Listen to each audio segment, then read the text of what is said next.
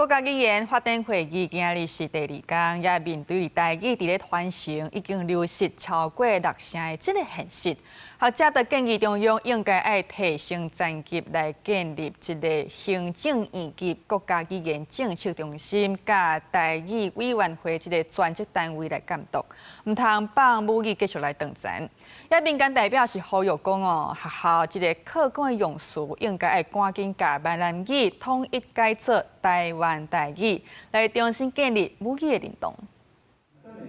為了了解各族群語言的發展需求，文化部、教育部、原民會甲客委會4大部會14透早聯合開國家語言法定會議，收集各界意見。參與的學者甲民團指出，對轉型正義到台語正常化、台語傳承已經流失超過6成。雖然政府有編經費，不過實際也是嚴重失衡。建議中央愛成立行政院級國家語言政策中心，甲台語委員會專職單位監督，拍破家庭無講台語、學校教無夠、社會無法度使用的困境。因為資源分散，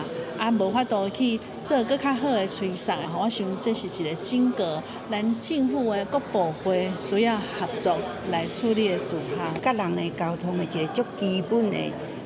文化，基本的上基本的要緊的要素。所以這是當然是最要緊的，包括你個人的認同。除了經濟甲體制，另外有學者提出，政府會當規劃對幼兒園到高等教育的完整體系，建立母語優先的雙語學校。另外，民間代表向陽嘛呼籲政府愛甲現行的閩南語統一改做台灣台語，特別佇學校課綱頂懸愛有一體性。會議用較早召開，將這個閩南語正名做台灣台語，或者是台語。另外呢，要提升台語的師資，另外就是講因的待遇嘛攏要有個適度的調整。文化部講，這幾檔結合地方甲民間，攏有咧加強推廣母語。雖然有初步的成果，不過文化部坦白講，少年輩甲中生代使用母語的比例偏低，語言也是有斷層危機。未來積極推動國家語言政策2.0，加強各世代參與，讓母語回歸日常生活。記者蘇台南採訪報道。